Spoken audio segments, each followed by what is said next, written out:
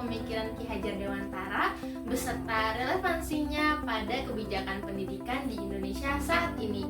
Tonton sampai akhir ya.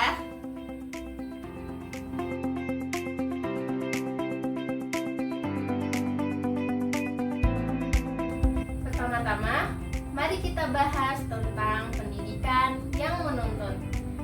Ki Hajar Dewantara percaya bahwa pendidikan harus memberikan arahan dan dukungan bagi peserta didik, bukan hanya sekedar transfer ilmu pengetahuan.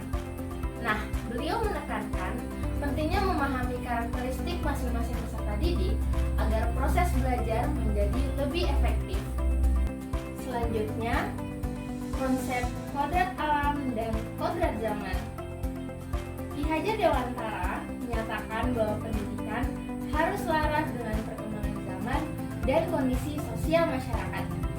Kita perlu memahami konteks di mana peserta didik hidup agar pendidikan yang diberikan relevan dan bermanfaat. Lalu ada budi pekerti yang merupakan inti dari pendidikan. Ki Hajar Dewantara berpendapat bahwa pendidikan harus membentuk karakter dan moral peserta didik. Ini sangat penting agar mereka dapat menjadi individu yang bertanggung jawab dan beretika. Dan yang terakhir ada sistem diantara, yaitu pentingnya kerjasama antara guru, peserta didik, dan orang tua.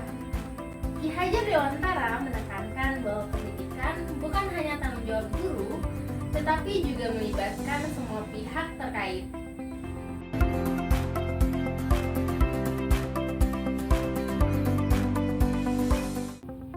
Salah satu kebijakan pendidikan di Indonesia saat ini adalah penerapan kurikulum merdeka.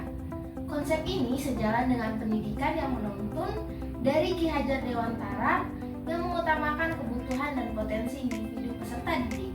Dalam kurikulum ini, guru diberikan kebebasan untuk merancang pembelajaran yang sesuai dengan karakteristik peserta didik sehingga memungkinkan pendekatan yang lebih personal dan relevan. Kebijakan pendidikan yang sedang digaungkan saat ini juga termasuk dorongan untuk menciptakan pendidikan yang lebih inklusif yang mengakomodasi beragam latar belakang peserta didik. Ini mengingatkan kita pada konsep kodrat alam dan kodrat zaman dari Ki Hajar Dewantara. Dengan memahami konteks sosial dan budaya peserta didik, kita bisa menciptakan lingkungan belajar yang lebih menyeluruh dan mencerminkan keberagaman yang ada di masyarakat. Selain itu, dengan perkembangan teknologi, kebijakan pendidikan kini mendorong pemanfaatan alat dan sumber belajar digital. Ini juga mencerminkan kodrat zaman di mana peserta didik harus dipersiapkan untuk menghadapi tantangan global. Guru diharapkan mampu mengintegrasikan teknologi dalam pembelajaran sehingga peserta didik dapat belajar dengan cara yang lebih interaktif dan sesuai dengan kebutuhan zamannya. Pemerintah juga menekankan pentingnya pendidikan karakter dalam kurikulum. Ini sejalan dengan pemikiran Ki Hajar Dewantara tentang budi pekerti.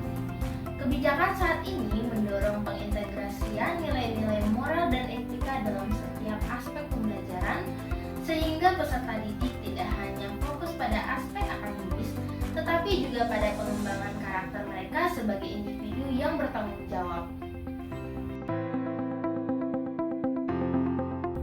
Kebijakan pendidikan saat ini juga menekankan pentingnya kolaborasi antara guru, peserta didik, orang tua, dan komunitas. Ini sejalan dengan sistem diantara yang diajukan oleh Ki Hajar Dewantara. Dalam implementasi kebijakan, melibatkan orang tua dan masyarakat dalam proses pendidikan akan menciptakan dukungan yang lebih kuat bagi perkembangan peserta didik. Jadi, pemikiran Ki Hajar Dewantara tidak hanya relevan, tetapi sangat berharga dalam konteks pendidikan saat ini. Selanjutnya, hal-hal apa aja sih yang dapat kita lakukan sebagai calon guru untuk dapat menerapkan pemikiran Ki Hajar Dewantara?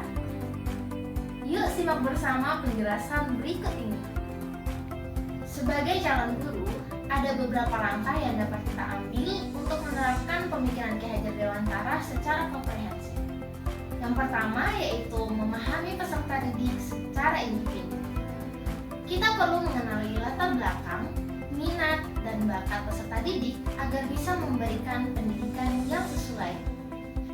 Yang kedua yaitu kita dapat mengintegrasikan nilai-nilai karakter. Penting untuk mengajarkan nilai-nilai budi pekerti dalam setiap pelajaran, sehingga peserta didik tidak hanya belajar secara kognitif, tetapi juga emosional dan sosial.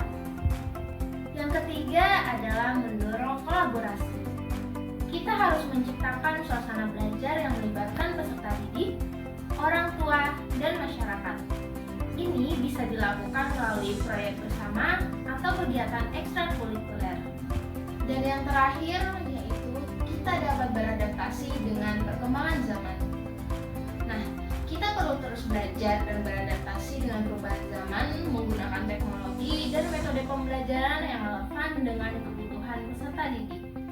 Nah, teman-teman, gimana nih? Apakah kalian sudah mengetahui mengenai dasar-dasar pemikiran Ki Hajar Dewantara beserta relevansinya pada kebijakan pendidikan saat ini?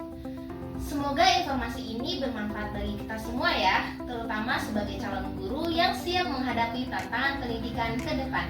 Jangan lupa like, komen, dan subscribe untuk konten-konten menarik lainnya. Dadah!